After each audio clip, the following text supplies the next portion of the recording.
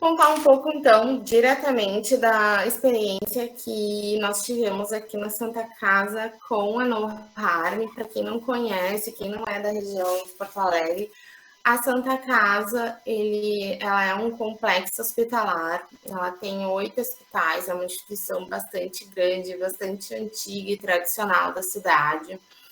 Contém cerca de 222 leitos de UTI e leitos clínicos, cerca de 1.381 leitos. Então, para vocês terem uma ideia do tamanho da instituição. Então, a gente tem diversas especialidades dentre todos esses hospitais que fazem parte do complexo. A gente tem geral adulto, cardiologia, pneumologia, neurologia, oncologia, transplantes. E a gente tem um hospital somente focado em pacientes pediátricos, que é o Hospital da Criança Santo Antônio. Trouxe uma imagem assim para representar como é de fato a área que compreende a Santa Casa. São vários prédios que compõem, então são vários hospitais que fazem parte. A gente ainda tem filiais em Gravataí, que é o Hospital Dom João Becker, e em Santo Antônio da Patrulha, que é o HSAP. Então, a gente tem várias instituições que têm a mesma administração, mas que fazem parte do mesmo complexo. E cada um desses hospitais trabalha com uma especialidade e tem toda a sua equipe focada nessa especialidade. Para neonatologia e pediatria, nosso RH dedicado à farmácia clínica, nós temos eu como farmacêutica clínica e uma residente do programa de residência multiprofissional, junto à universidade, né, a Universidade Federal de Ciências da Saúde de Porto Alegre. Então, essas duas profissionais trabalham, então, avaliando os leitos de pediatria e de neonatologia. O Hospital da Criança Santo Antônio tem cerca de 223 leitos e todos os leitos que compreendem a neonatologia, que estão alocados no Hospital Santa Clara, compreendem 48 leitos neonatais.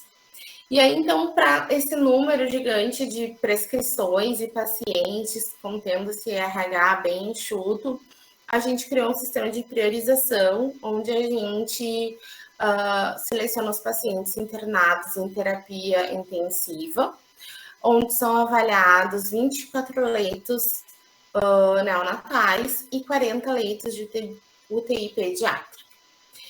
E ainda assim, é bastante paciente para a nossa equipe, então a gente contou então, com a implementação da inteligência artificial, uma ferramenta-chave para otimizar o nosso trabalho, né, o nosso tempo, porque além das avaliações de prescrição, a gente também tem outras atividades, né, que a gente exerce no setor.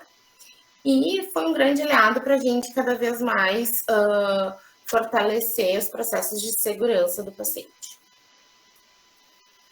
Algumas ferramentas que foram desenvolvidas junto à equipe da No Harm, né, utilizando a inteligência artificial, foi a possibilidade de registro do peso atual do paciente. Então, a gente tinha informações no prontuário do paciente, a informação presente na prescrição diária, e a gente tinha a necessidade, então, de adequar todas as doses prescritas ao peso atual do paciente. Muitas vezes a gente não tinha esse registro, ou esse registro não estava atualizado, então a ferramenta nos proporcionou que a gente pudesse registrar o peso e que automaticamente o cálculo das doses em relação a esse peso fosse atualizado. E aí, com isso, otimizou bastante a nossa avaliação na pediatria e na NEL. E também em relação às soluções contínuas, né? Então, soluções endovenosas contínuas, onde a gente precisa levar em consideração não só o peso do paciente, como também a velocidade de infusão prescrita. São sempre soluções que contêm velocidade de infusão, que a dose está calculada de acordo com essa velocidade, então é importante o farmacêutico saber o quanto de dose o paciente está recebendo em determinado tempo, e esse cálculo demanda bastante se for feito de forma manual. E aí, então, a gente acabou desenvolvendo uma calculadora que calcula automaticamente as doses em relação tanto ao peso quanto à velocidade de infusão, faz a conversão da concentração da apresentação do medicamento e a concentração final na solução. Então, a calculadora ela acabou otimizando bastante o nosso tempo em relação ao que a gente acabava demandando para que a gente calculasse cada uma das prescrições.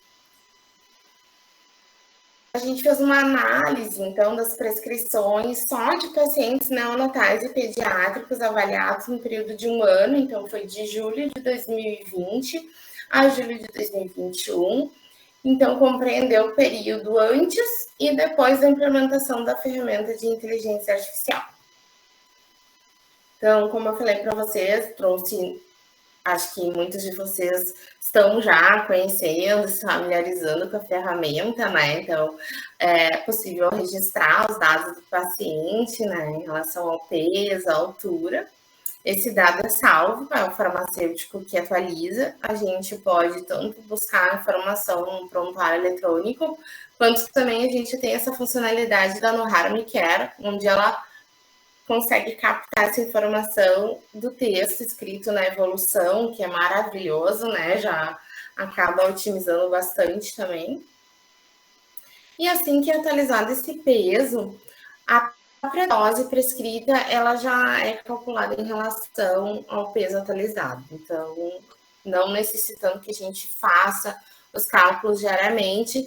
E se o medicamento seguir com a mesma dose via prescrita no dia seguinte, esse medicamento já é sinalizado de forma que a gente entende que esse medicamento já foi avaliado. Então, a gente tem o foco no medicamento adicionado à prescrição. Isso também otimiza bastante.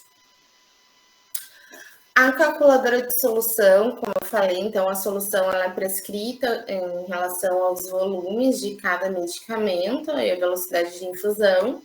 E a partir dessas informações prescritas, a calculadora já consegue identificar tanto a concentração do medicamento prescrito originalmente, a gente pode alterar essa unidade de medida também. Por exemplo, a milrinona aqui vem em 1 mg por ml. Mas se eu quero que o meu resultado venha em micrograma, eu já coloco aqui a concentração em micrograma, que facilita bastante, né? Já vem aqui automaticamente preenchido o volume prescrito, né? De acordo com o volume da solução final, a velocidade de infusão e o peso.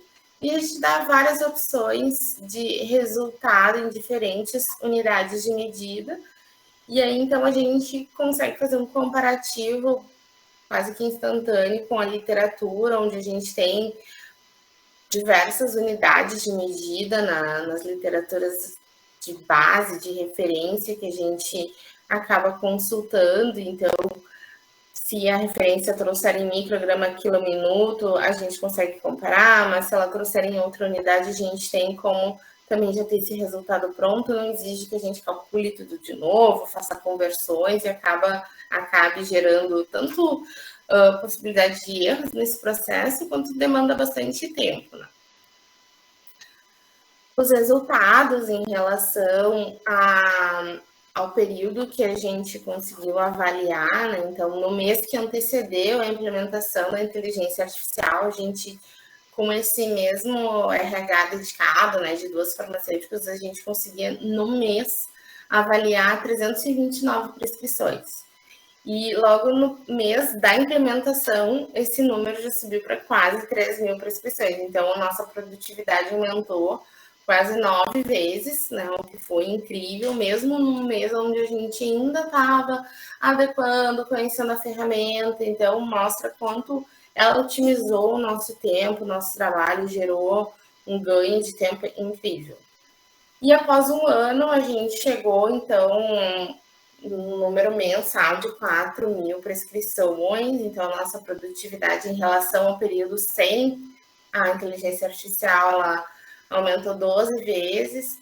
Isso ainda representa quase 40% das prescrições totais, porque a nossa instituição é muito grande, né? Então, a gente tem um grande número de prescrições geradas mensalmente, mesmo que seja só nesses setores, é difícil que com esse RH a gente compreenda 100%, mas é uma meta a ser atingida, mas que com essa ferramenta a gente conseguiu progredir bastante e conseguimos já abranger quase que a metade de todas as prescrições geradas, o que parecia impossível, né? Porque é um mundo e, assim, a gente tem um RH bastante enxuto para essa atividade, com todas as outras demandas que a gente acaba se envolvendo, né?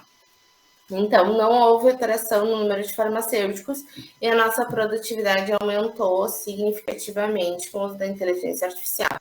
Então, trago que a nossa experiência, que foi muito proveitosa, a gente segue caminhando para desenvolver novas funcionalidades, seguimos aprimorando a maneira como que a gente prioriza as prescrições e também como a gente avalia. O setor, como farmácia clínica, também aprendeu muito durante esse percurso, então a gente estuda, se recicla, acaba padronizando processos, então foi uma construção bacana. E